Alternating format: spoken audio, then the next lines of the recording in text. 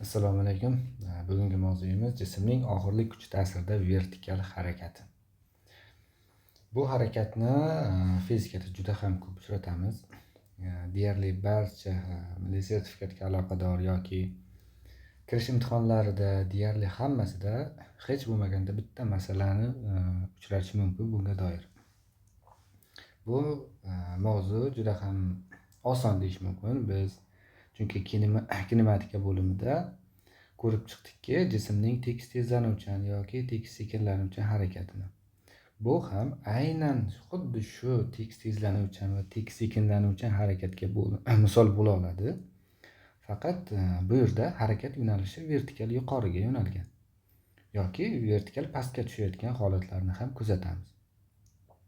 Yana bitta narsa bizga ancha qulaylik beradigan, bu yerda tezlanish har doim j ga teng. Bu taqriban 10. Aslida 9,81 metr taqsim sekund kvadrat. Buni biz masala yechishda 10 metr taqsim sekund kvadrat deb masalalarni yechib ketamiz. Juda ham ko'p holatlarda. Agar alohida jni 9,81 deb oling deb aytmasa, 10 deb hisoblab ketaverish yetarli.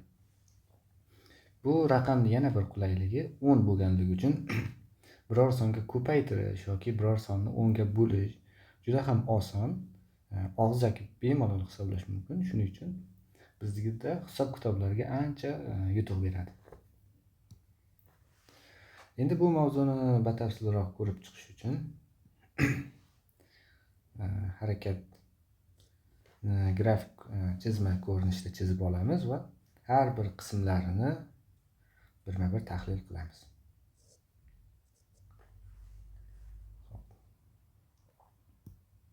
Demak, yer sirtidan bir jismni vertikal yuqoriga qaratib qandaydir v0 boshlang'ich tezlik bilan otdik.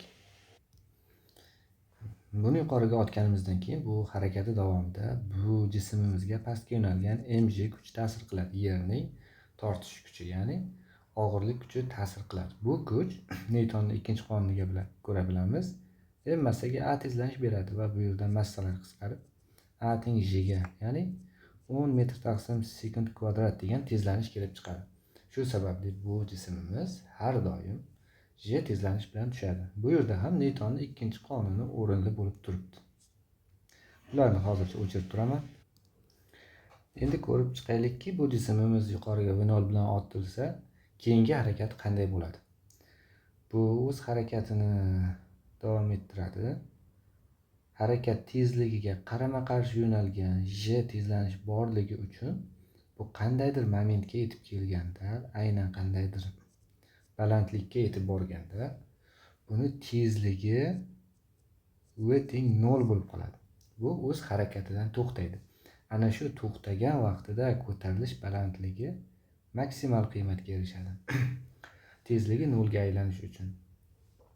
Endi o'ylab ko'raylik. U tekis sekinlanuvchan harakat qilayotgan bo'lsa, qancha vaqtda tezligi 0 ga aylanadi? Shu vaqtni topib ko'rsak, t barobar v taqsim a bo'lardi. Ya'ni o'zi v taqsim a emas, delta v taqsim a.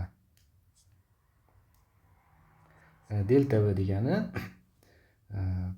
boshlang'ich tezlik, mana bu v0 dan keyingi tezligi 0 bo'lgani uchun umumiy holatda 0. Tezlanishimiz esa j ga teng. Shuning uchun v0 taqsim j. Bu ko'tarilishi maksimal ko'tarilish nuqtasiga yetib borgunicha qancha vaqt ketgani. Demak, v0 taqsim j bilan aniqlar ekanmiz.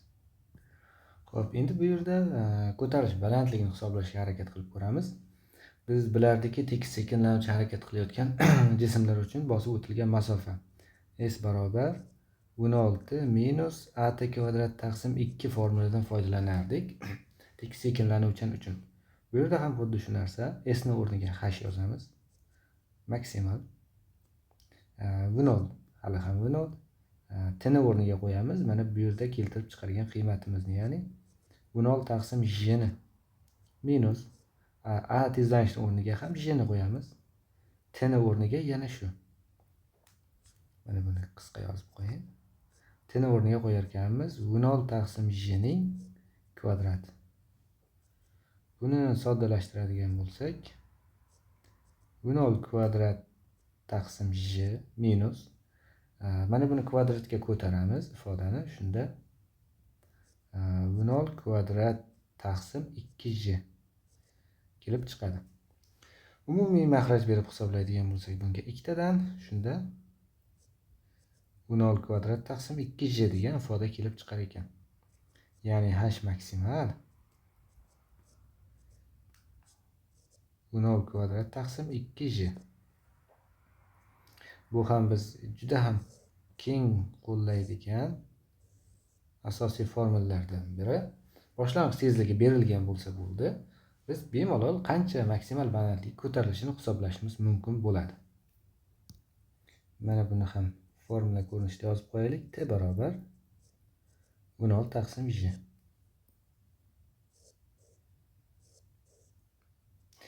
Bu narsalarni o'zi aslida formula deb yodlash ham shart emas. Mana v0 taqsim j bilamizki, 10 tezlik bilan otilgan bo'lsa, j nimani anglatadi? J qanday tezlik bilan otilsa ham har sekundda tezligini 10 ga kamaytiraman degani. 10 tezlik bilan otilsa, demak 1 sekundda 10 ga kamayib 0 bo'lib qoladi. 1 sekundda to'xtaydi degan. Agar tezligini 50 bilan otgan bo'lsak, j 10 bo'lganligi uchun u 5 sekundda 0 ga aylanib qoladi. Xuddi shu narsani formula jihatdan ko'rsatib turibdi bizga.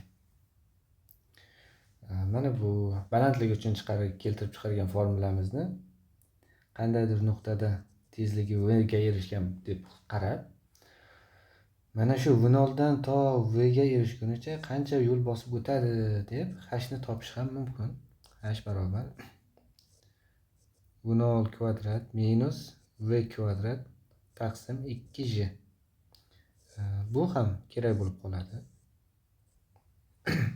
Buni oddiy kinematika bo'limlarida ham ko'rib o'tganmiz, faqat j ning o'rnida a harfi bo'lardi, h ning o'rnida esa s masofa kelar edi.